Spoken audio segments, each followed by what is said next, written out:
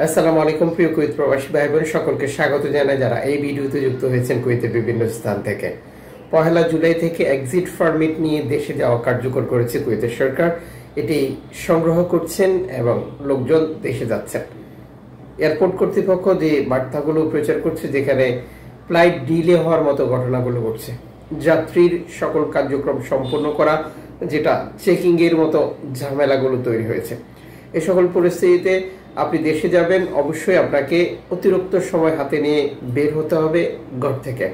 এর আগে যা করতে হবে, আপনার নির্ধারিত এয়ারলাইন্স, ট্রাভেলস এবং হটলাইন নাম্বারগুলোতে কন্ট্যাক্ট করে কনফার্ম করবেন ফ্লাইটের যে শিডিউল ছিল আপনার কাছে, আপনার যে ফ্লাইট টাইম ছিল সেটি ঠিক রয়েছে কিনা। আন্তর্জাতিক বহু কারণে ফ্লাইট রিশিডিউল হতে পারে, মধ্যপ্রাচ্য সংকটের কারণে যেটি প্রতি মুহূর্তেই ঘটতে পারে তা আপনারা অলরেডি অবগত রয়েছে। এই সকল পরিস্থিতিতে আমাদেরকে একটু কৌশলী হতে হবে। আমি আজ এয়ারপোর্টে যাব, অবশ্যই ট্রাভেলসের যে টিকিট দিয়েছে আপনাকে, আপনার কাছে একটি কুপন বা একটা পেপার রয়েছে, সেখানে দেখবেন হটলাইন নাম্বার আছে। আর এই নাম্বারগুলোতে কল করে কনফার্ম করবেন আপনার ফ্লাইট ঠিক মতো হচ্ছে কিনা বা একই সময় থাকছে কিনা। ফ্লাইট রিশিডিউলের একটি বিজ্ঞপ্তি প্রকাশ করেছে সিভিল এভিয়েশন কর্তৃপক্ষ। আর বর্তমান সময় 18 নম্বর আকামাদারিদের এক্সিট পারমিট ছাড়া দেশে যাওয়ার কোনো সুযোগ নেই, তা তো অবগত রয়েছেন।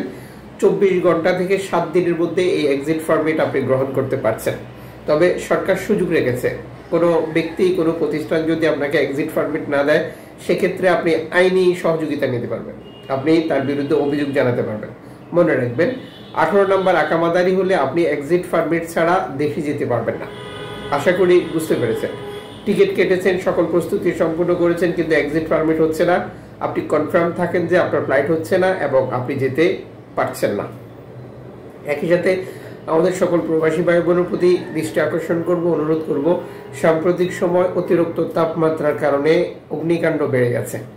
স্বরাষ্ট্র মন্ত্রণালয় ফায়ার ফাইটার্সে যে পর্যবেক্ষণগুলো পরিচালনা করছে, যেখানে দেখা যায় রেকর্ড সংখ্যক দুর্ঘটনার জন্য শর্ট সার্কিট, যেটা ইলেকট্রিসিটি এবং গ্যাস সিলিন্ডার জড়িত।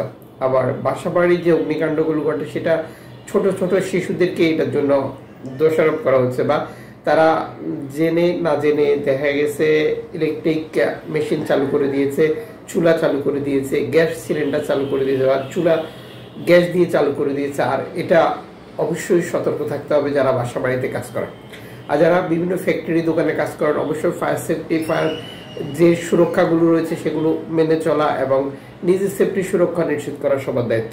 যারা বিনিয়োগ করছেন, অবশ্যই আপনি এই ব্যাপারগুলো তদারকি করবেন। আপনার দোকানে ফায়ার সেফটি সুরক্ষার যন্ত্রাংশ ঠিক রয়েছে কিনা, এক্সপায়ার ডেট রয়েছে কিনা, ইত্যাদি ইত্যাদি। সাম্প্রতিক সময় বহু জায়গায় বহু প্রতিষ্ঠান দোকান বন্ধ করে দেওয়া হয়েছে শুধুমাত্র এগুলো না মানার কারণে। আশাবাদী আপনারা সতর্ক এবং সচেতন হবেন, আপনাদের প্রবাস জীবন সুরক্ষিত থাকবে।